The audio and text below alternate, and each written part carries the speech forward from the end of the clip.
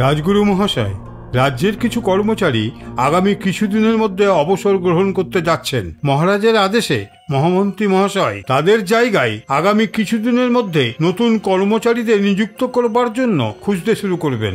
হ্যাঁ, আমিও জানতে পেরেছি কিছু কর্মচারী তাদের কাজ থেকে অব্যাহতি নিচ্ছে আর ওদের জায়গায় নতুন কর্মচারী নেওয়ার প্রস্তুতি শুরু হয়েছে। মহারাজ কৃষ্ণদেব রায় আর মহামন্ত্রী তো এই কর্মচারীদের আপনার পরামর্শ নিয়ে নিযুক্ত করবেন। যদি আপনার চেনা জানা কেউ থাকে তবে তাকে রাজসভায় চাকরিতে নিযুক্ত করে দিন। এমনিতেও আজকাল আর চাকরি আছেই বা কোথায়? আরে তারা আপনার কাছে চিরকৃতজ্ঞ হয়ে থাকবে। আপনি ঠিকই বলেছেন রক্ষামন্ত্রী মহাশয়, আমিও এটাই ভাবছি যে এমন লোককে নেব যে আমার ইশারায় কাজকর্ম করবে। ও আমাকে রাজ্যের ভেতরের এবং রাজ্যের বিভিন্ন সব জায়গার খবর আমাকে দেবে। তাহলে আর দেরি কিসের? যখন রাজসভায় পরবর্তী অধিবেশন শুরু হবে তখন আপনি মহারাজের কাছে নতুন নিযুক্তির প্রস্তাব দিয়ে তার দিনক্ষণ ঠিক করে নিন। এমনটাই হবে রক্ষামন্ত্রী মহাশয়, এমনটাই হবে। আমার লোকেদের নিযুক্ত করার লাভ ভালো মতোই বুঝি। এবার জমবে মজা।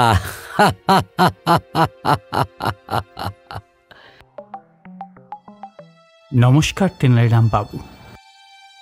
শুনতে পেলাম যে রাজমহলে কিছু নিযুক্তি হচ্ছে, কিছু লোক সেবা থেকে বহিষ্কার হচ্ছেন আর তাদের জায়গায় নতুন লোককে লাগানো হবে। আমি চাই যে আপনি আমার সুপারিশ মহারাজ কৃষ্ণদেব রায়কে করে আমাকে রাজমহলে কোনো ভালো পদবি পাইয়ে দিন। আমি অবশ্যই চেষ্টা করব, কিন্তু রাজগুরু মহাশয় যেটা চাইবেন সেটাই হবে।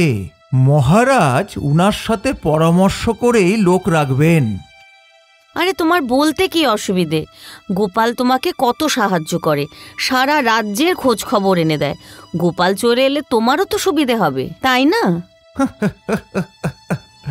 অবশ্যই, আমিও তো ঠিক এটাই চাইছি যে গোপাল একটা ভালো চাকরি পাক, বুঝলে মাগাম্মা? তাতে আমার কোনো লাভ হোক বা না হোক, গোপালের জন্য রাজদরবারে একটা চাকরি তো হয়েই যাবে। কোনো ব্যক্তিকে যদি একটা চাকরি পাওয়ার ব্যবস্থা করে দেওয়া যায় তাহলে তো সেটা অবশ্যই একটা পুণ্যের কাজ। কোনো ব্যাপারই না সেটা। চাকরিতে নিয়োগের প্রক্রিয়া শুরু করার জন্য অপেক্ষা তো করতেই হবে, তাই না? হ্যাঁ, কিন্তু যদি রাজগুরু বাধা দিয়ে বসেন তো? অসুবিধা তো প্রত্যেকটা পদক্ষেপেই আসে, সেইটার সমাধান করতে হয়, আর এতে অবশ্যই আমি খুব দক্ষ। হ্যাঁ, আপনি তো এমনিতেও সমস্ত সমস্যার সমাধান ঠিকই করে ফেলেন। আমার জন্যেও কিছু না কিছু করেই নেবেন, আমি জানি। তা নয় তো কি, তুমি রাজামশাইকে বললে উনি বারণই করবেন না। ঠিক আছে, আমি সময় সুযোগ দেখে মহারাজের সামনে কোনো ভালো পদের জন্য গোপালের নামের প্রস্তাব অবশ্যই করে দেব।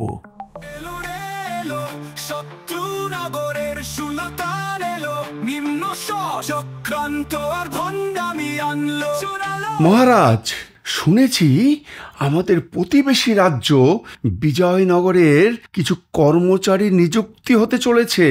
আমরা তো রাজগুরুর সঙ্গে দেখা করে আমাদের কিছু লোকদের সেখানে চাকরির কাজে লাগিয়ে দিতে পারি, যাতে আমরা সেখানকার সব গুপ্ত তথ্য সম্পর্কে জানতে পারি। তুমি ঠিকই বলেছ সেনাপতি। যদি এমনটাই হয় তবে আমাদের অবশ্যই সেখানে আমাদের নিজেদের লোককেই রাখা উচিত। তা সেনাপতি, তোমার তো সেইখানকার উচ্চ পদস্থ রাজকর্মীর সাথে ভালোই যোগাযোগ আছে, তুমি তাদের সাথে যোগাযোগ করো আর আমাদের কিছু গুপ্তচরের নাম প্রস্তাব দাও। চেষ্টা করো যাতে তারা সেখানকার রাজসভায় স্থান পেয়ে যায়, যাতে আমরা সম্পূর্ণ খবর পেতে পারি। যেমন আপনার হুকুম মহারাজ। আমি আজ থেকে কাজে লেগে যাচ্ছি।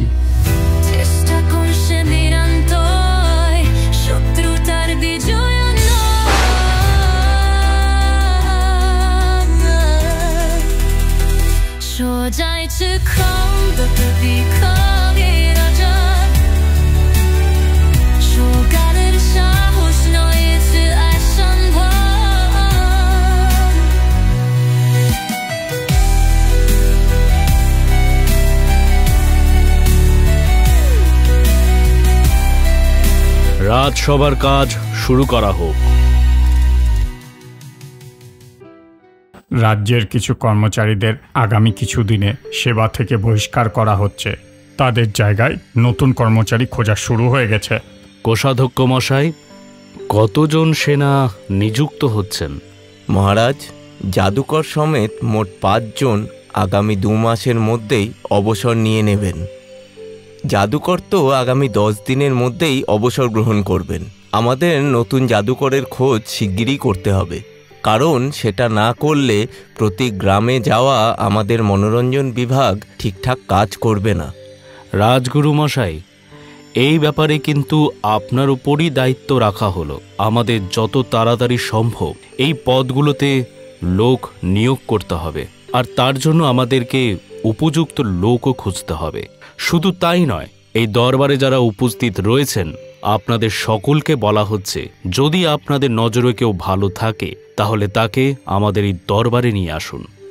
আজ্ঞে মহারাজ, আমার নজরে কিছু মানুষ আছেন। তাহলে আপনি ওদেরকে রাজ দরবারের আগামী যে বৈঠক হবে সেখানে নিয়ে আসতে পারেন। রাজগুরু মশাই তার পরীক্ষা নেবেন। পরীক্ষায় পাশ হলে তবেই তাকে চাকরিতে রাখা হবে। রাজগুরু মশাই পরীক্ষার যেভাবে নিয়ম নীতি বেঁধে দেবেন সেটাই মান্য করা হবে। আচ্ছা, এই আহম্মক নিজের লোককে রাখার চেষ্টা করছে, আমাকে তো একলা একদম পরিশ্রান্ত করে দিচ্ছে। যদি এটা হয়ে যায় তবে তো ও আমাকে রাজ দরবার থেকে বিদায় জানিয়ে দেবে। আমি তো কোনো মতেই ওর নিজের লোককে এই রাজ দরবারে কিছুতেই নিযুক্ত করব না, কিন্তু নিযুক্ত তো আমাকেই করতে হবে। আপনি কোন চিন্তায় ডুবে গেলেন রাজগুরু মশাই? মহারাজ, আমি ভাবছি যে আপনি একদম সঠিক কথা বলেছেন। নিযুক্তি কোনো পরীক্ষা ছাড়াই নেওয়া যাবে না। তাহলে ঠিক আছে তেনালি, আগামী বৈঠকে তুমি সেই ব্যক্তিকে আমাদের রাজদরবারে নিয়ে আসবে। রাজগুরু মশাই সবার সামনে ওনার পরীক্ষা নেবেন, আর যদি সে পরীক্ষায় উত্তীর্ণ হয় তাহলে তাকে তৎক্ষণাৎ চাকরিতে বহাল করা হবে। আজ্ঞে মহারাজ, আমি এর পরের দিনের সভাতে তাকে অবশ্যই নিয়ে আসব।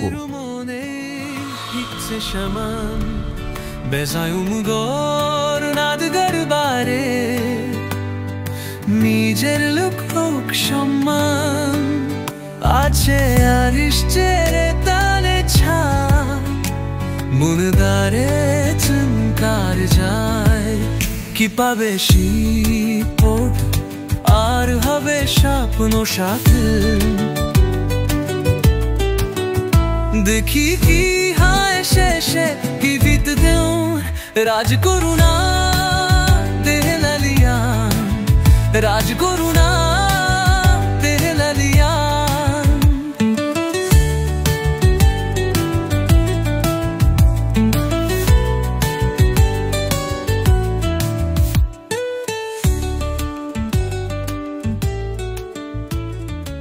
আজকের কাজ শুরু করা হোক।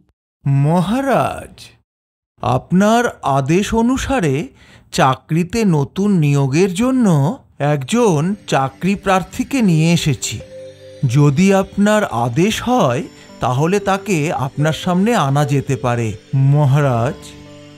ঠিক আছে, প্রস্তুত করা হোক।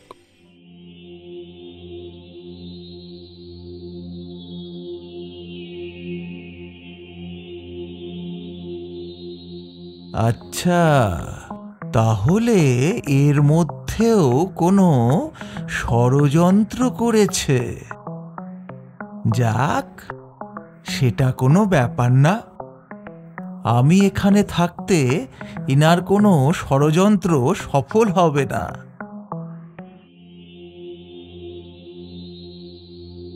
রাজগুরু মশাই, আপনি আমাদের সকলের সামনে ইনার পরীক্ষা নিন, আর যদি ইনি পরীক্ষাতে উত্তীর্ণ হয়ে যান তবে ইনাকে তৎক্ষণাৎ উনার যোগ্যতা অনুসারে কোনো না কোনো পদে নিযুক্ত করা হবে। আজ্ঞে মহারাজ, মহারাজ এই দেখুন, আমি আপনার সামনে পড়ে থাকা ওই ফুলের সাজিতে একটা লাল আর একটা সাদা ফুল এই বস্তাতে রেখেছি। একে এই বস্তার থেকে একটা ফুল বার করতে হবে। যদি সাদা ফুল বার করতে পারে তবে এর চাকরি একদম নিশ্চিত, কিন্তু যদি লাল ফুল বার করে তবে আগামী 5 বছর পর্যন্ত ও দ্বিতীয়বার চাকরি করার জন্য আবেদন করতে পারবে না।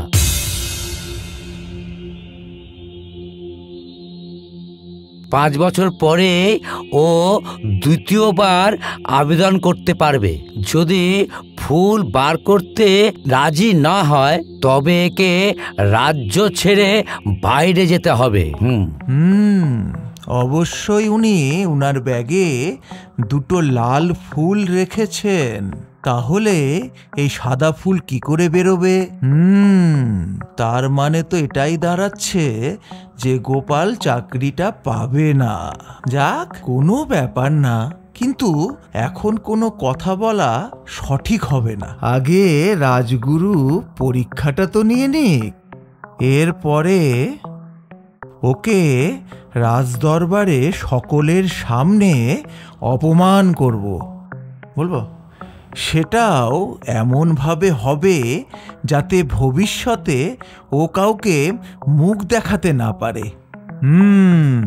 গোপাল, তোমার কি এই শর্ত মঞ্জুর আছে? যদি মঞ্জুর থাকে তাহলে রাজগুরুর কাছে গিয়ে থলি থেকে ফুল বার করো। হ্যাঁ মহারাজ, আমি রাজি আছি। তবে রাজগুরু মশাই, আপনি এত সহজ পরীক্ষা কেন রেখেছেন?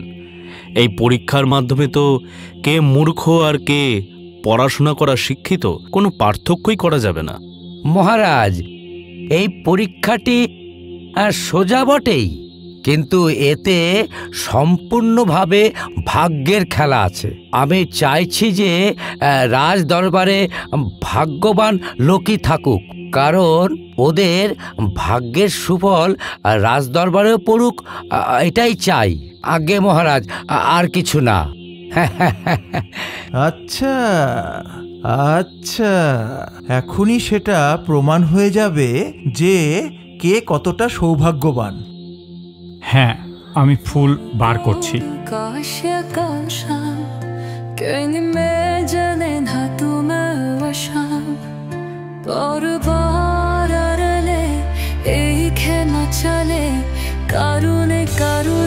এটা তো লাল রঙের ফুল। কি হলো রাজগুরু মশাই, পরীক্ষার ফলটা বলুন। মহারাজ, ও তো ফুল বাইরে বার করেছে, কিন্তু এটা সাদা ফুল নয়। তার মানেটা এই যে ইনি পরীক্ষায় উত্তীর্ণ হতে পারলেন না, তাই তো রাজগুরু মশাই? আজ্ঞে মহারাজ, এ পরীক্ষাতে উত্তীর্ণ হতে পারেনি। এখনই ইনি আগামী 5 বছর পরেই এই রাজ দরবারের চাকরির জন্য আবেদন করতে পারবে। হ্যাঁ, তাহলে এখন আপনি যেতে পারেন। আপনার ভাগ্য আজ আপনার সাথে ছিল না। কোনো ব্যাপার না রাজগুরু মশাই, বাকি যারা পরীক্ষার জন্য অপেক্ষা করছেন তাদেরকেও নিয়ে আসুন। হ্যাঁ মহারাজ, আমিও কিছু লোককে ডেকেছি, ওরা 1-2 দিনের মধ্যেই এসে পড়বে। আমরা ওদের মধ্যে থেকেই যোগ্য ব্যক্তিদের রাজ দরবারে নিযুক্ত করব মহারাজ। মহারাজ, আমি কিছু বলতে চাই। আরে, এ আবার কি বলবে? অন্য কাউকে তো আবার সাথে নিয়ে আসেনি। হ্যাঁ তেনালি, বলো। আমার নজরে এই পরীক্ষা এখনো সম্পূর্ণ হয়নি মহারাজ।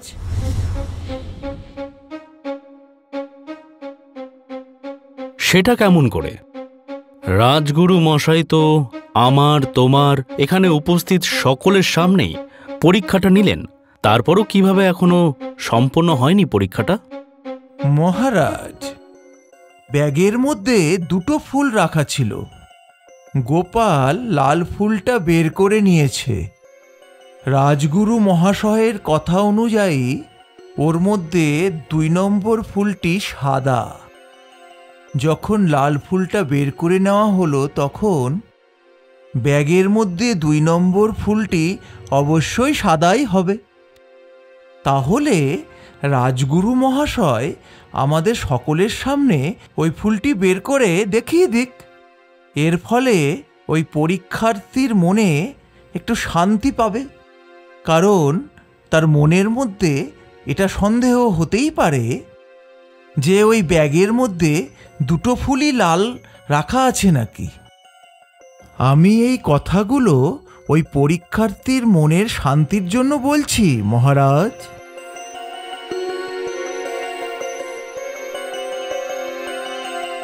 আরে এ আবার কি? এ তো আমাকে একেবারে যাচ্ছে তাই করে ফাঁসিয়ে দিচ্ছে। এইবার আমি রাজ দরবারে তো পুরো কলঙ্কিত হয়ে যাব। আমি তো কাউকে মুখ দেখাতে পর্যন্ত পারবো না। হ্যাঁ, আপনি ঠিকই বলেছেন। তাহলে থলিতে সাদা ফুলই থাকবে। আর তাছাড়াও আমার এই রাজ দরবারের সমস্ত কাজই পারদর্শিতার সাথেই করা হয়। রাজগুরু মশাই, থলি থেকে বাকি ফুলগুলো বাইরে বার করুন। আগে হ্যাঁ হ্যাঁ মহারাজ, দেখাচ্ছি।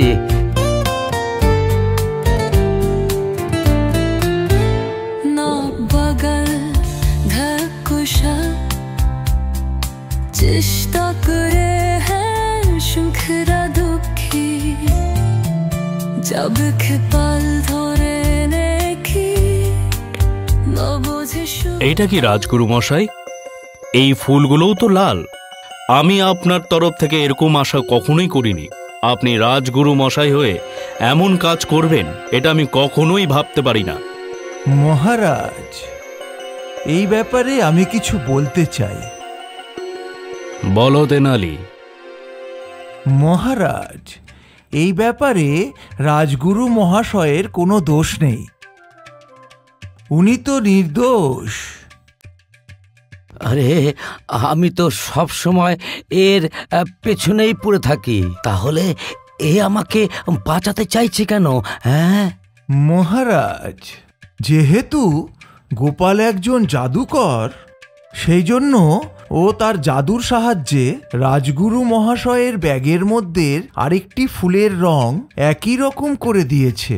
রাজগুরু মহাশয় তো ব্যাগের মধ্যে একটি লাল ফুল আর একটি সাদা ফুলই রেখেছিল মহারাজ, কারণ গোপাল তো একজন জাদুকর হওয়ারই স্বপ্ন দেখে। আর সেই জন্যেই ও আজকের এই রাজসভায় তার জাদুর প্রতিভা দেখিয়ে সবাইকে চমক দিল।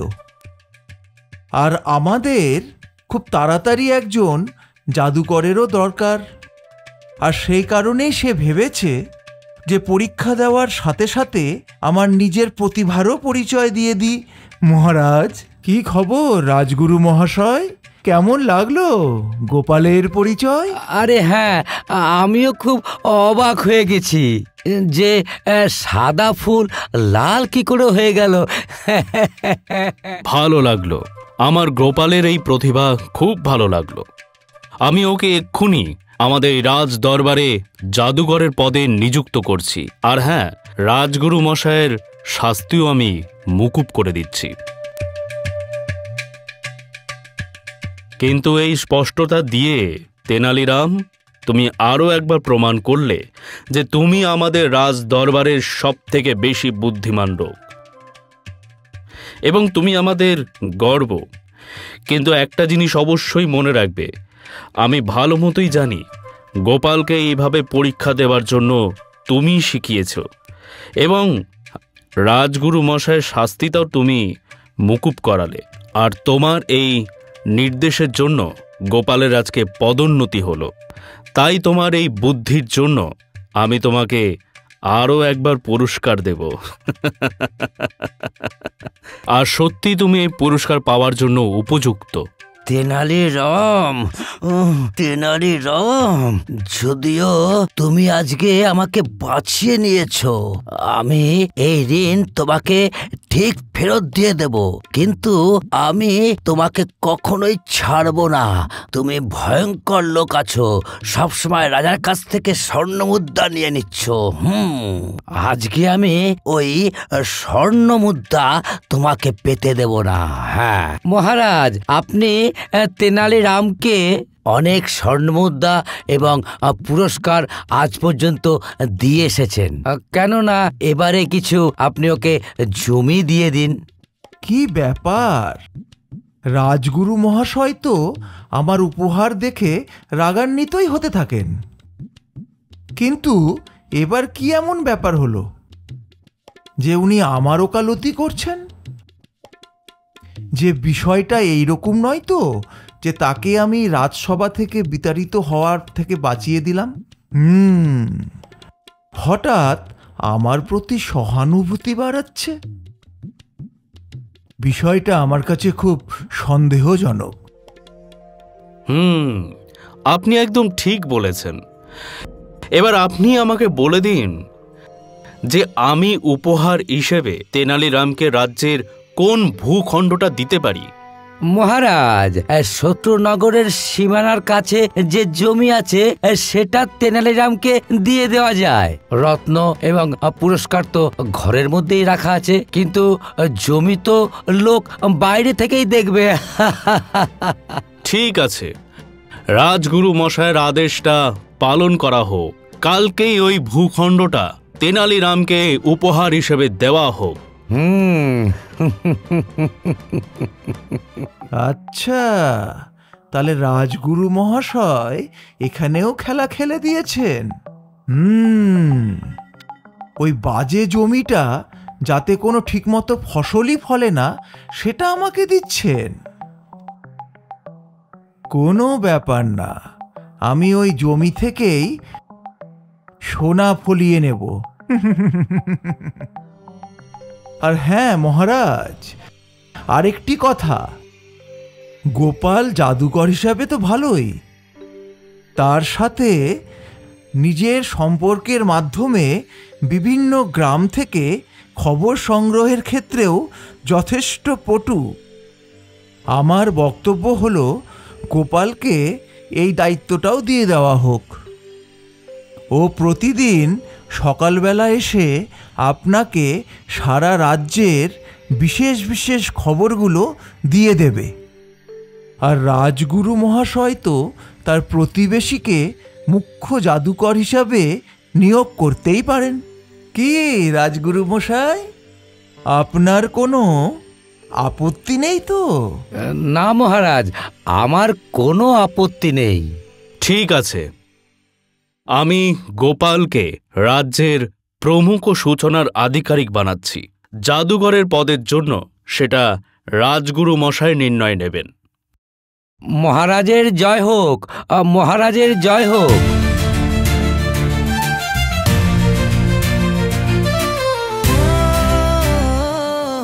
তেতালু হলো বিজয়নদের বাতামন্তে, তেরালির কোশাম কাজ করে দেখানা, আজ মোরো ক্যানি জেরি ফুরদে থাসম, আরশিয়া হামাকে সুজা করনা।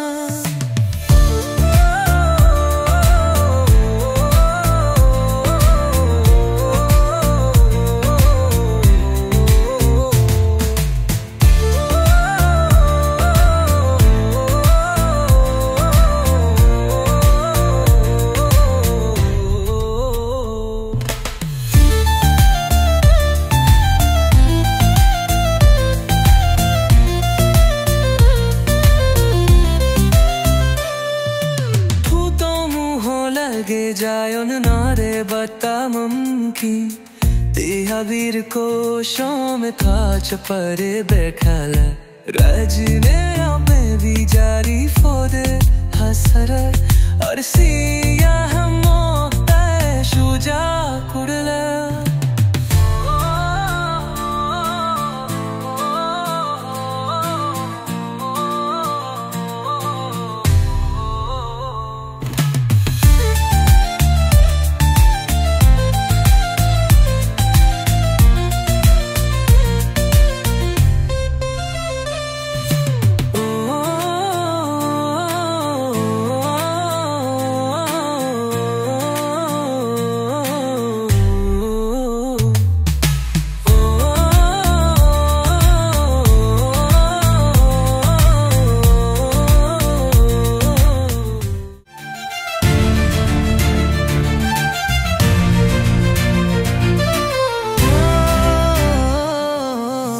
চালু হলো বিজয়ানদের বাতামন্তে তেরাগির কোশাম ক্যাচ করে দেখানা আজ মোর